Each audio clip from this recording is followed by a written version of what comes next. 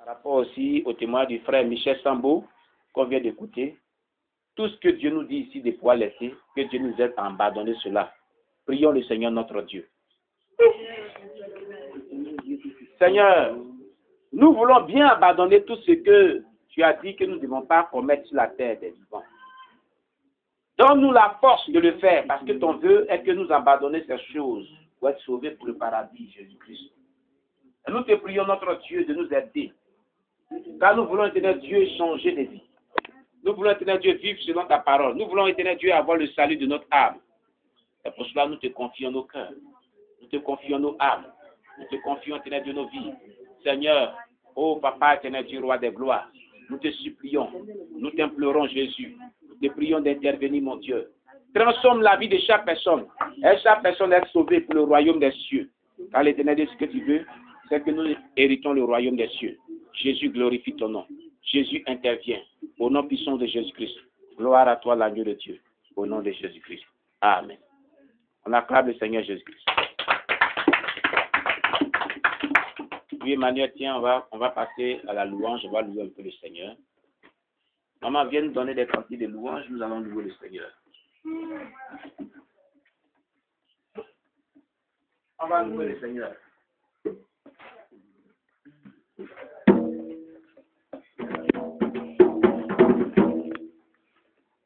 Louez. Louange, louange, louange. On se tient debout. Alléluia.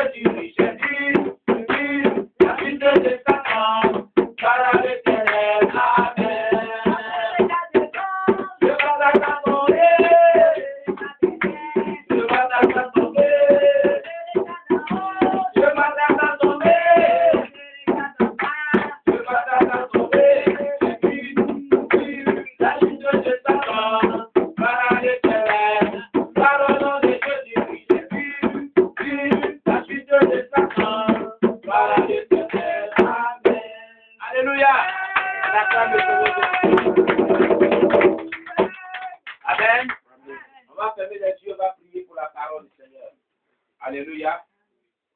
On prie le Seigneur pour sa parole. Nous te rendons grâce, notre Dieu. Tu as dit, beauté, c'est roi. Sois béni, Jésus-Christ. Sois élevé, notre Dieu. Ton nom est éternel. Ton nom est puissant. Toute la louange et la gloire te soit rendue. Toute la magnificence te soit rendue. Toute l'honneur te soit rendue.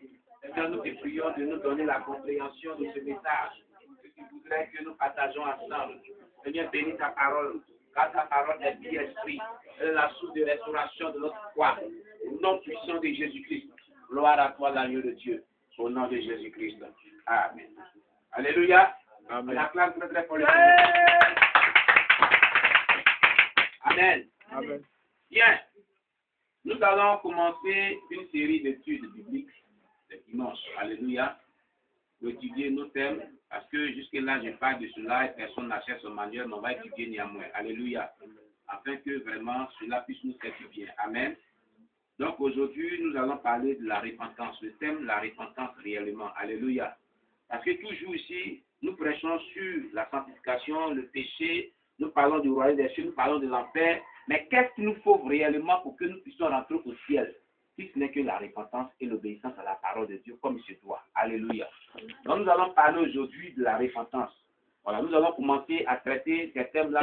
Ces thèmes, à partir de maintenant, on va commencer à parler de la repentance. Et puis si on finit la repentance, on va terminer d'autres thèmes. Alléluia.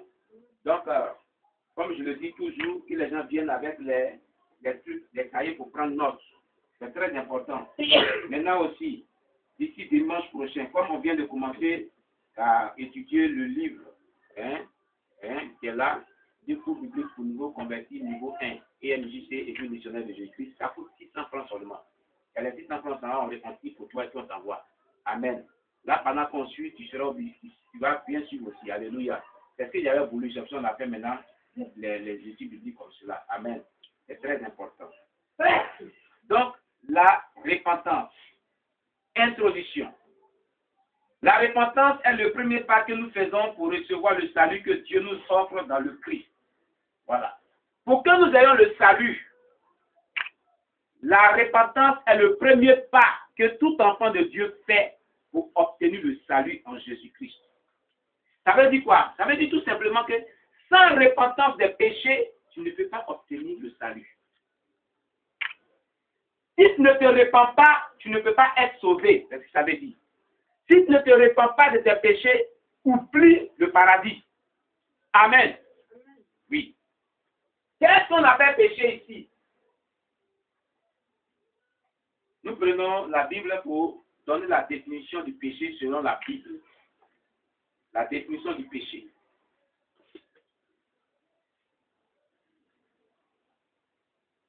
Jean chapitre 3, verset 4, nous donne la définition du péché. Selon Dieu. Le péché, c'est quoi selon Dieu? 1 Jean chapitre 3, verset 4. Vers la fin de la Bible. 1 Jean chapitre 3, verset 4. Si quelqu'un peut nous faire la lecture, une lecture audible. Une lecture à haute voix. 1 Jean combien? Chapitre 3, verset 4.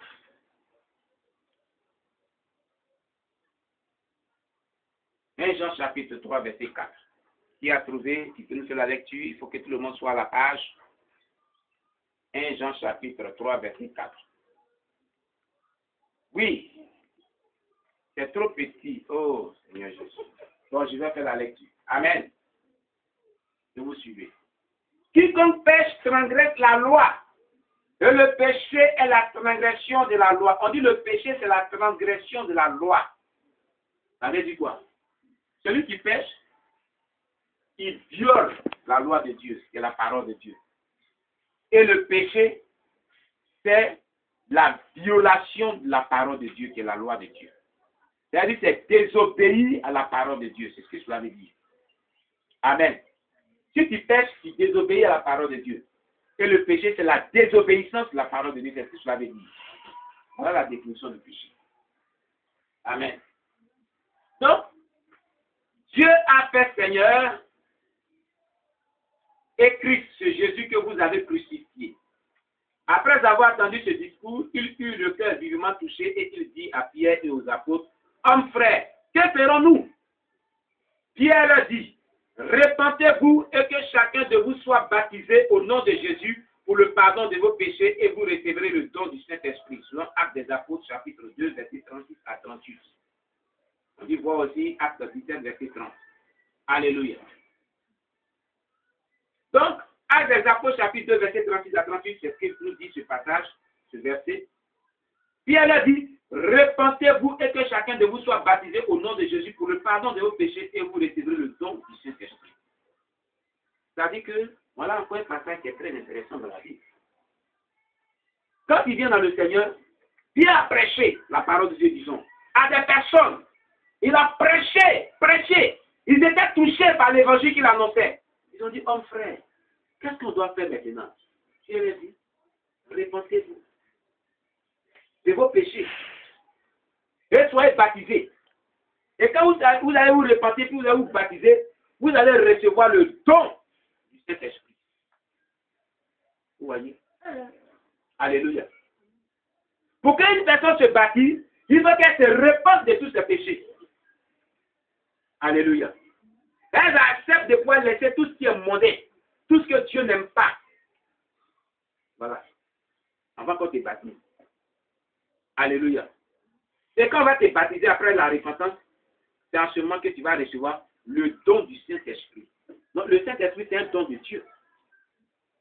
Vous recevrez le don du Saint-Esprit. Le Saint-Esprit est un don de Dieu que Dieu offre à ses enfants qui sont repentis et qui sont baptisés. Amen.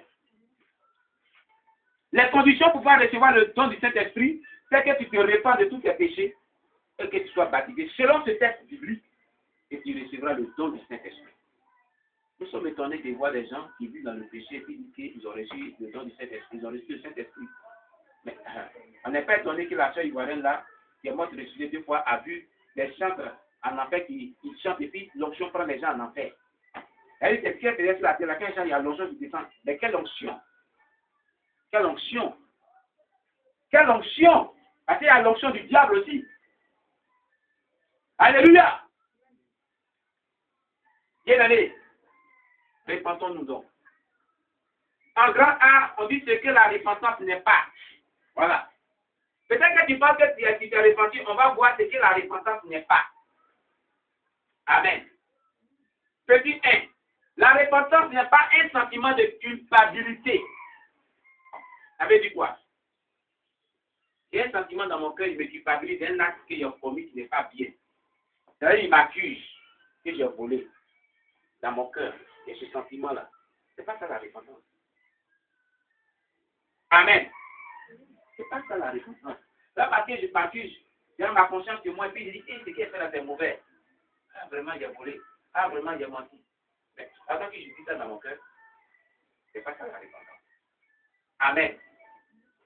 Des sentiments de culpabilité envers le péché précèdent la repentance. Mais ce n'est pas la repentance. C'est-à-dire que ça précède d'abord la repentance. C'est qui la repentance avant de venir dans ta vie, c'est là que ça commence. Mais ce n'est pas ça la repentance. Ça veut dire. Alléluia. Personne ne se répand à moins de se sentir d'abord coupable de péché. Si une personne doit se repentir, il faut qu'elle se sente d'abord coupable de péché. Il faut qu'elle se sente d'abord coupable qu'elle a péché. Là, elle se répand. Voilà les vraies repentances. Voilà comment ça commence. Tu sens coupable que tu es pécheur. Tu sens coupable que tu as fait mauvais. Et à la suite, tu arrives à te repentir. Amen. Amen. Amen. Amen. Tous ceux qui se sentent coupables ne se répandent pas. Ce n'est pas tous ceux qui se sentent coupables qui se répandent. La preuve en est, nous prenons Actes des Apôtres, chapitre 24, verset 25. Verset 5. Quelqu'un prend Actes des Apôtres, chapitre 24, verset 25, c'est la lecture. Actes des Apôtres, chapitre 24, verset 25.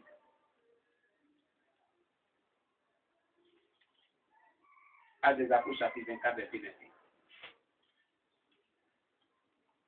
24, 25. Chapitre 24, verset 25. Amen. Maman, fais-nous la lecture, mon pasteur. Mais comme Paul discourait sur la justice, sur la tempérance et sur le jugement à venir. Faut les prendre fort. Mais comme Paul discourait sur la justice, sur la tempérance et sur le jugement à venir, Félix effrayé dit, pour le moment, récite-toi. Quand j'en trouverai l'occasion, je te rappellerai. Il espérait en même temps que Paul lui donnerait de l'argent. Non, c'est verset 25 seulement. Mais comme Paul discourait sur la justice, la tempérance et sur le jugement à venir, Félix effrayé dit, pour le moment, retire-toi. Quand j'aurai l'occasion, je te rappellerai. Il a eu peur. Ce païen a eu peur. Il dit, non, retire-toi. Félix se sentait coupable, mais ne s'est pas repenti. Alléluia. On peut se sentir coupable sans se repentir, comme Félix. Il s'est senti coupable, mais ne s'est pas repenti. Il a dit à Paul, retourne-toi. Quand j'aurai l'occasion de me repentir, là, il y a des rappels, ça veut dire. Amen. Amen. Alléluia. Donc, le sentiment de culpabilité n'est pas la repentance. Amen. En petit 2, le simple regret du péché aussi n'est pas la repentance. Le fait que tu regrettes ce péché n'est pas la repentance. Amen. Certaines personnes rejettent les conséquences de leur péché ou de s'être fait prendre. Beaucoup regrettent le péché non pas à cause de ce qu'ils ont fait, mais à cause de la punition qu'ils doivent affronter. C'est là qu'ils regrettent le péché. Amen. On prend 2 Corinthiens chapitre 7, verset 10. 2 Corinthiens chapitre 7, verset 10. 2 Corinthiens chapitre 7, verset 10.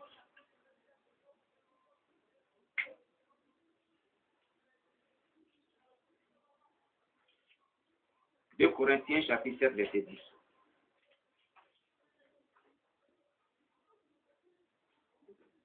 chapitre 7, verset 10.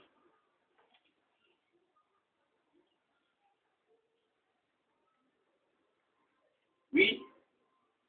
Maman, fais-nous la lecture encore. En effet, la tristesse selon Dieu produit une repentance à salut dont on ne se répand jamais. Tandis que la tristesse du monde produit la mort. Très bien. En effet, la tristesse selon Dieu produit une repentance à salut dont on ne se répand jamais. Tandis que la tristesse du monde produit la mort. Donc, quand tu as le regret, tu es triste. Tu regrettes que vraiment tu as péché. Ça t'amène la tristesse. Mais la tristesse selon Dieu produit une repentance dont les gens ne se répandent jamais. Or, la tristesse selon le monde produit la mort. Donc, le fait de regretter tes péchés n'est pas la repentance. Amen. Je regrette mes péchés, mais et alors? Je regrette mes péchés, mais et alors? Qu'est-ce que tu fais en fonction de ce regret? Tu continues de pécher. Et c'est ce qui se passe souvent ici. Les gens regrettent toujours, on a péché, on a péché, on a péché, mais ils ne changent pas. Il n'y a pas de changement. Amen. En petit 3, c'est que la repentance n'est pas toujours. Essayer d'être une bonne personne n'est pas la repentance. Qui essaie d'être une bonne personne, ce n'est pas la repentance. Beaucoup essaient par leur propre force de devenir une personne meilleure et de changer leur manière de vivre. Toute tentative personnelle est fondée sur la justice personnelle qui ne reconnaît pas le besoin de se repentir de ses péchés. Alléluia. Vous comprenez? Jésus dit d'ailleurs, ce n'est ni par la force, ni par l'intelligence, mais par son esprit, dit le Seigneur. Alléluia. Ce n'est pas par ta propre force que tu vas te repentir. Jamais. Ne c'est pas par ta propre force et par tes voies de moyens personnels à te repentir. Parce que c'est Dieu seul, appuie-toi sur Dieu seul et demande son aide pour que tu parviennes à la repentance. C'est lui qui fait ce travail. D'ailleurs, dans le livre de Philippiens, je crois, la Bible dit que c'est Dieu qui crée en nous le vouloir et le faire selon son bon plaisir. Alléluia. Donc, de par tes propres forces, tu ne peux jamais parvenir à la repentance. C'est faux, détrompe-toi. Amen. Ésaïe chapitre 64, verset 5. On prend la Bible. Dans l'Ancien Testament. Ésaïe, chapitre 64, verset 5.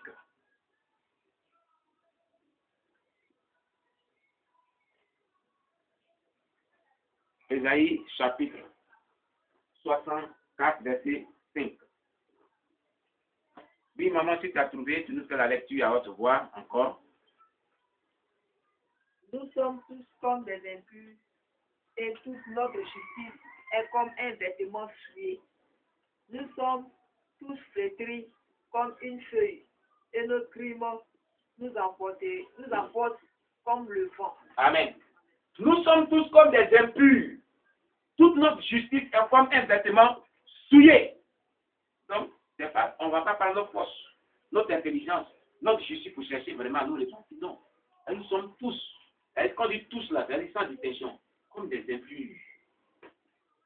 Donc, celui qui est impur là, il ne va pas lui-même c'est-à-dire créer en lui la capacité de pouvoir se repentir. Non. Il ne va pas essayer d'être une bonne personne. Tu essaies d'être une bonne personne, c'est pas tes propres parce que tu penses que tu peux y arriver. Non. Amen. Non, tu ne pourras pas. Alléluia. Petit 4. C'est que la repentance n'est pas toujours le fait de devenir religieux. Amen. Le fait d'être un religieux, ce n'est pas la repentance. Amen. La repentance n'est pas le fait de devenir un religieux. Parce que malheureusement, il y a des gens qui ne sont pas les chrétiens, mais c'est des religieux. Le fait d'être un religieux est différent d'être un chrétien véritable. Voilà. Comprenez cela. Hein? Le fait d'être un religieux est différent d'être un chrétien véritable. Il y a les religieux et il y a les véritables chrétiens. Elle dit Amen.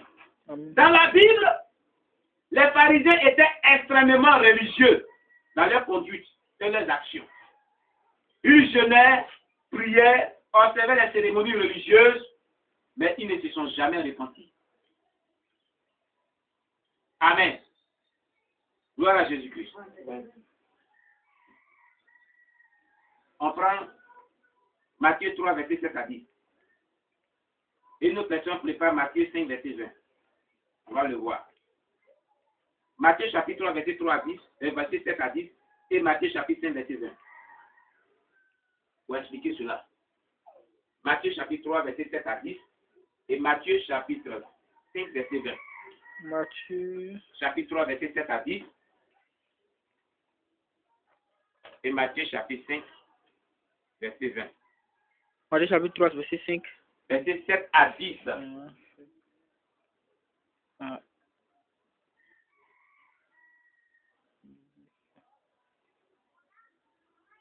Un deuxième avant. Matthieu 5, verset 20.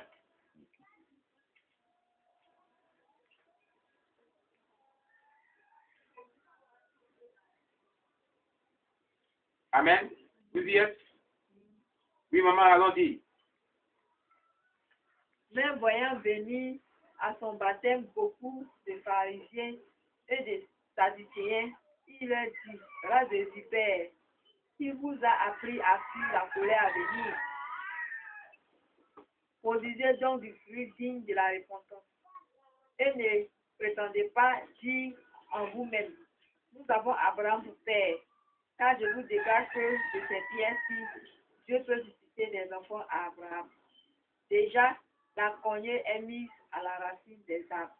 Tout arbre donc qui ne produit pas de bons fruits sera coupé et jeté au feu. Amen.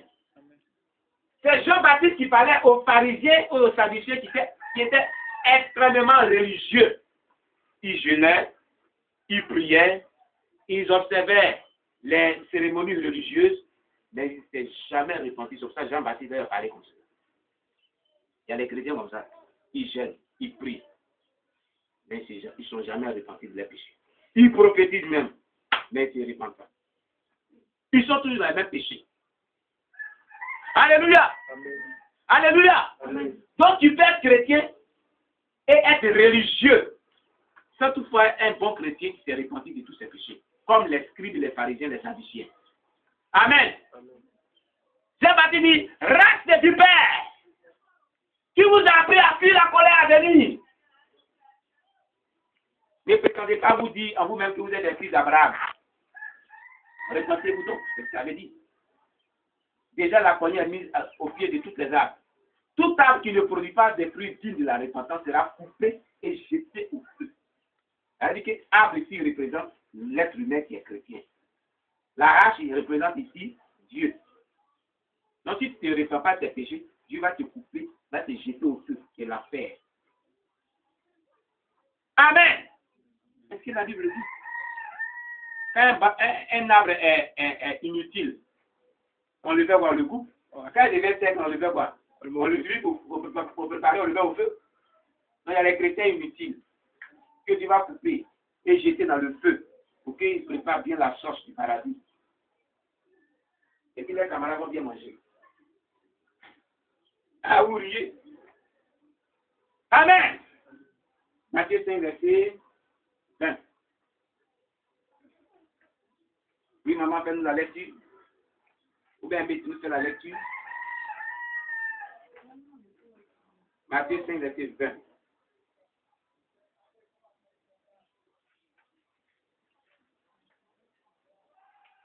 Matthieu chapitre 5, verset 20.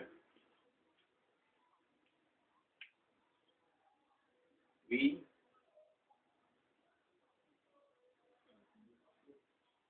Je lis la parole de Dieu. En effet, je vous le dis, si votre justice ne dépasse pas celle des L'esprit. de la loi et des pharisiens, vous n'entrerez pas dans le royaume des cieux. Amen. C'est Jésus qui parlait. Il dit, quand je vous le dis, si votre justice ne surpasse pas celle des scribes et des pharisiens, vous n'entrerez point dans le royaume des cieux. Elle dit que les scribes et les pharisiens étaient très mauvais. Non, les justices étaient très impures même. Si votre justice ne surpasse pas celle des scribes et des pharisiens, vous n'entrerez point dans le royaume des cieux. Et si vous ne vous repentez pas, vous avez dit. Amen. un petit 5. La repentance n'est pas le fait de connaître la vérité. Tu peux connaître toute la vérité de la parole de Dieu. Et tu peux la prêcher, tu peux exhorter les gens. Oui, tu peux connaître qu'on ne doit pas porter bout d'oreille, on ne doit pas porter des mèches, on doit porter pantalon. Si tu peux connaître tout ça là, mais toi, il faut être dans la colère, dans le mensonge. Tu ne vas pas aller au ciel. Alléluia. Le fait de connaître la vérité ne te garantit pas le salut de ton âme. Le fait d'avoir une connaissance intellectuelle de la vérité ne garantit pas que la vérité est une réalité vivante dans votre vie. Amen. La croyance mentale et la connaissance du cœur sont deux choses différentes. Romains 10, verset 10. On prend Romains 10, verset 10. Et on préserve 2 et Jacques chapitre 2, verset 19 à 20. Romains 10, verset 10 d'abord. Romains chapitre 10, verset 10. Romains chapitre 10, verset 10. Oui. Romains chapitre 10, verset 10.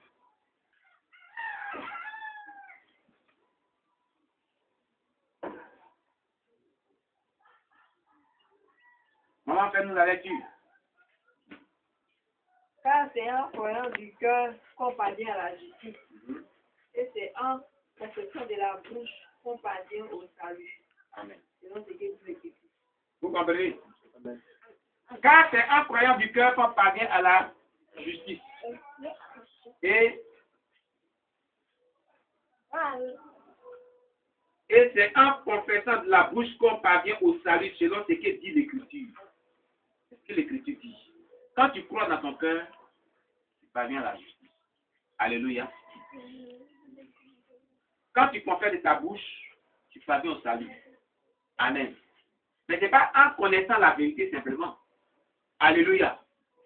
La connaissance de la vérité sans l'application de la vérité dans notre vie n'est pas la repentance. Alléluia. C'est ce qu'on veut dire ici. Jacques chapitre 2, verset 19 à 20. Jacques chapitre 2, verset 19 à 20.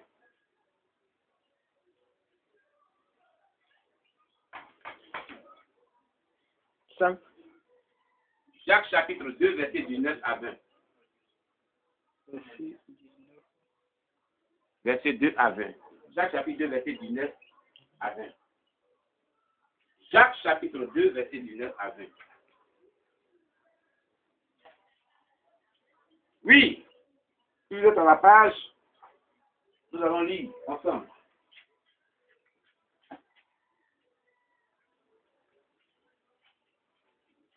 Maman, fais-nous la lecture, maman pasteur. Jean chapitre 2. Oui, verset 19 à 20. C'est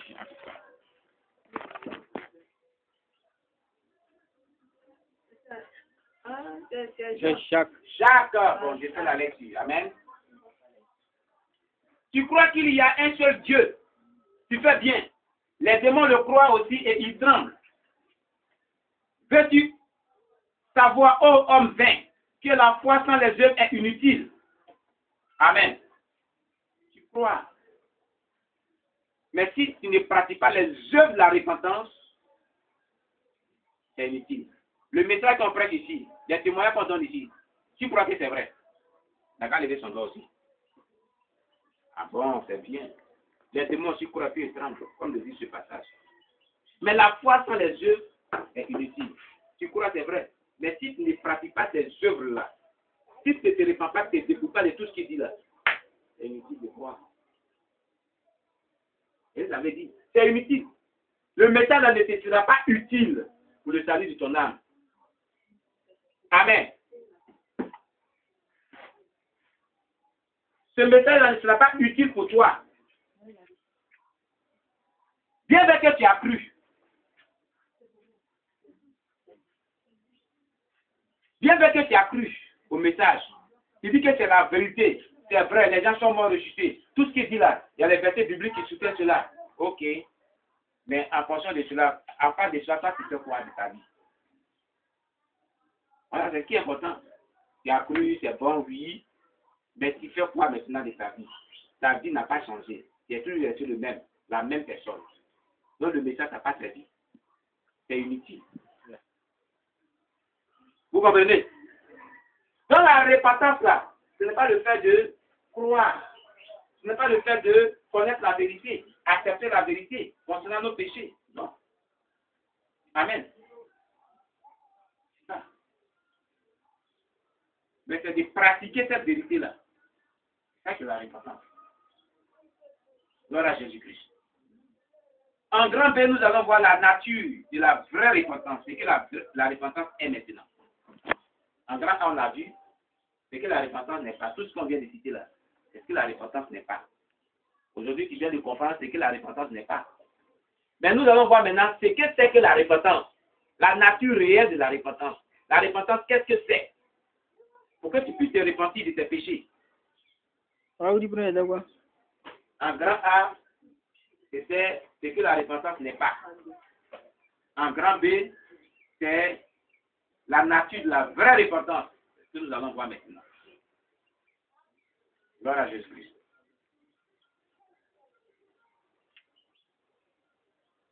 Petit 1. Un regret envers Dieu pour nos péchés. La repentance n'est pas, la repentance là, ça commence par un regret envers Dieu pour nos péchés. C'est-à-dire celui qui veut se repentir là, il regrette d'abord, la première démarche là, est que la personne regrette d'abord pour ses péchés envers Dieu. Il a un regret envers Dieu pour ses péchés. Voilà comment ça commence. Ah Dieu, je regrette les péchés. Amen. C'est un cheminement. Hein? La vraie repentance n'est pas seulement un regret personnel ou envers autrui. C'est d'abord et surtout un regret envers Dieu. Oh Dieu. On va voir cela dans le Psaume 51, verset 3 à 6. Psaume 51, verset 3 à 6. Psaume chapitre 51, verset 3 à 6.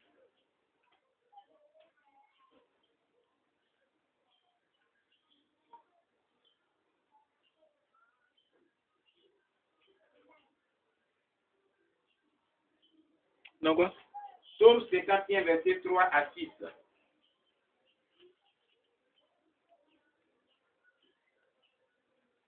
Oui, mais fais-nous la lecture. Tu nous feras la lecture, tu es allé te mettre au dehors.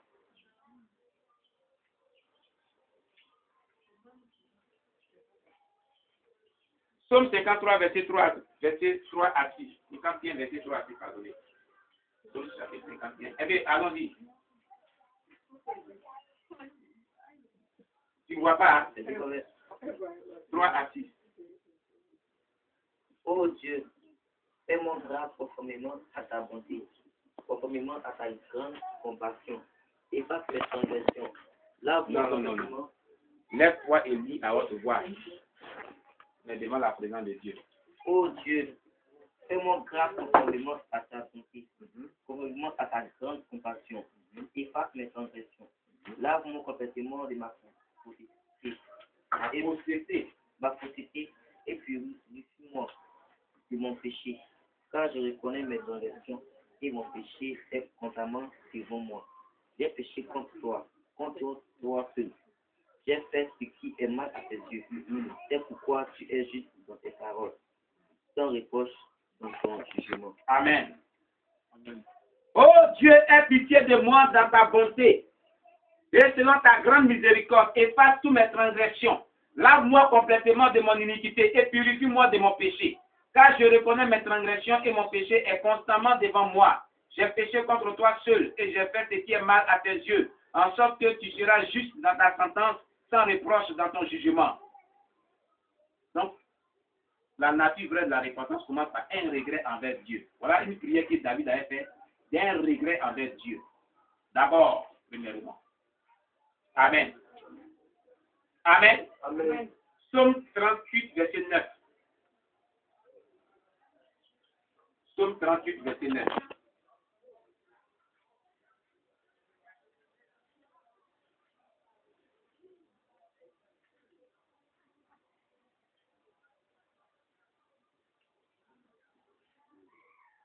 Verset 9. Oui. Psaume 38, verset 9. Je suis sans force, entièrement brisé. Le trouble de mon cœur m'arrache des gémissements. Alléluia. Il faut être vraiment brisé. Le cœur brisé. Pour parvenir à la repentance. Amen. Celui qui doit se repentir doit avoir un cœur brisé. Franchement brisé. Amen. Petit 2. Accepter la vérité concernant nos péchés.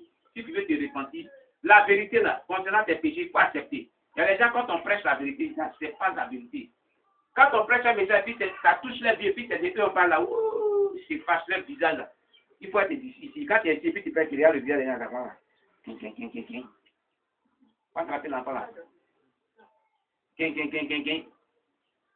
On dirait que c'est film qui vient. Les visages commencent à changer. Parce que c'est de la vie qu'on parle.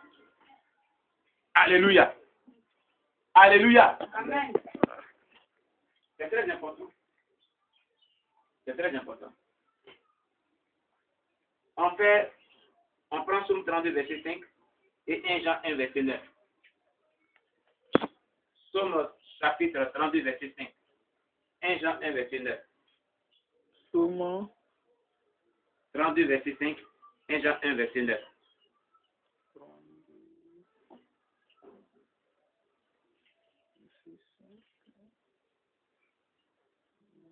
Qui a son portable? Donnez-moi l'heure.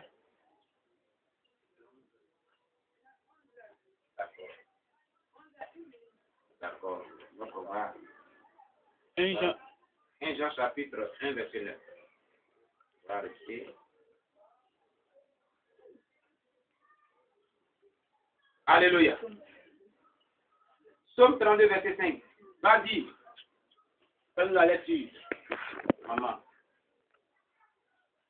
Je t'ai fait connaître mon péché. Je n'ai pas caché mon iniquité. J'ai avoué mes transgressions à l'Éternel et tu as effacé la peine de mon péché. Donc, c'est accepter la vérité concernant nos péchés. David avait accepté la vérité concernant ses péchés. Il dit, je t'ai fait connaître mon péché. Je n'ai pas caché mon iniquité. J'ai dit, j'avouerai mes transgressions à l'Éternel et tu as effacé la peine de mon péché. Voilà. Il faut accepter cette vérité quand tu prêches que ce que tu fais là n'est pas bon. Et si tu l'as accepté, tu es en train de rentrer dans la procédure de repentance. Amen. Oui. 1 Jean 1, verset 9.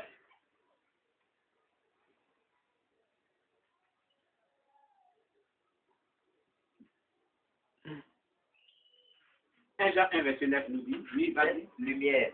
Était la vraie lumière. Non. Si nous confessons nos péchés, il est fidèle et juste pour nous les pardonner et pour nous purifier de tout péché. Très bien. Si nous confessons nos péchés, il est fidèle et juste pour nous les pardonner et nous purifier de toute iniquité. Avant de les confesser, il faut les reconnaître. Il faut les accepter, il faut accepter cette vérité. Voilà. Même parce que les gens s'appuient sur le passage du livre, comment ils pêchent, et puis ils reviennent. Ils reconnaissent que j'ai péché, j'ai menti, et Dieu les purifie. Ils vont avoir demain matin, ils pêchent la même chose, ils reviennent. Et comme la Bible dit, pas de problème. Ça vous fait rire. On acclame le Seigneur Jésus-Christ. Amen. Alléluia. Amen. Vas-y, viens, j'y vais, viens. Viens. Pardon, Dieu. Amen. Amen. On va faire l'exemple. Hein.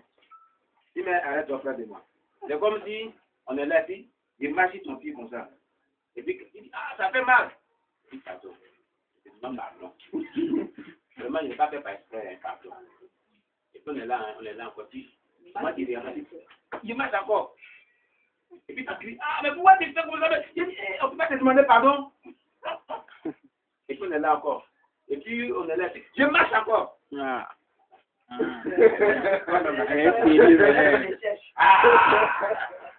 Allez, c'est lui maintenant. Elle dit, on dirait que c'est non, on dirait oui, c'était Dieu. C'est ça, on dirait oui, c'était Dieu. C'est ce que les gens font à Dieu. Comme ce passage-là dit, si je reconnais mes fautes, mes transgressions, et que je les avoue et que je les confesse sincèrement, attends, je vais bien dire, il ne faut pas y aller. Si nous confessons nos péchés, il est fidèle et juste pour nous pardonner, pour nous les pardonner et pour nous purifier de toute iniquité. Voilà, je reconnais. J'ai marché ici et je reconnais. Et puis il lui demande pardon. Et puis il me pardonne. Et puis il marche encore. Et puis il demande pardon. Je reconnais toujours. Et puis il demande pardon. Mettez-vous à la place de Dieu vous-même. Hein? Oh, c'est ce qu'il est bien fort. Comme les dieux d'amour, on dit, il a amour, donne qu'à devenir mou. Quand il est Dieu d'amour, il faut devenir mou. Il était tellement amour jusqu'à il est devenu mou aux yeux des gens. Donc, quand on parle, on dit, Dieu est l'amour, comment il peut amener les gens en enfer? Dieu est l'amour! Donc, passer l'amour et puis pardon les péchés, chaque fois on vient, on marche, et puis on dit, non, toi, tu as dit dans la Bible, si nous confessons nos péchés, toi, tu l'as dit. C'est juste et fidèle bon pour nous pardonner, de nous purifier de toute iniquité. Alors, il faut pardonner. Attention, il y a aussi un peu de voix. Alléluia. Amen. Alléluia. Amen. Bon. C'est Dieu oublie ça. Gloire à Jésus-Christ. Donc aujourd'hui, on va s'arrêter là. Amen. Dimanche prochain, on va continuer sur la repentance. Amen. Que quelqu'un me donne un dit que je vais mentionner là où on a arrêté pour ne pas qu'il me trompe. Et même pour voir là, que dimanche prochain, on puisse achever notre thème sur la repentance. On a arrêté il s'agit de ici accepter la vérité concernant nos péchés. Amen. Bien aimé, tu as quand même compris ce que la repentance n'est pas. Et tu as commencé à comprendre ce qu'est la vraie nature de la repentance. On s'est arrêté sur le petit 2. Si tu n'arrives pas vraiment à discerner ce que la repentance n'est pas, ce que la repentance est, ce que tu as commencé à comprendre, il est temps que tu te réponds. Et tu changes. Alléluia. Et tu changes. Parce que Jésus revient bientôt. Si tu ne changes pas, tu vas aller en enfer. Amen. Nous allons donc dire à Dieu de nous aider à changer de comportement pour que nous soyons sauvés. Prions le Seigneur notre Dieu. On prie à haute voix. Éternel Dieu, toi, tu es le puissant. Prions à haute voix.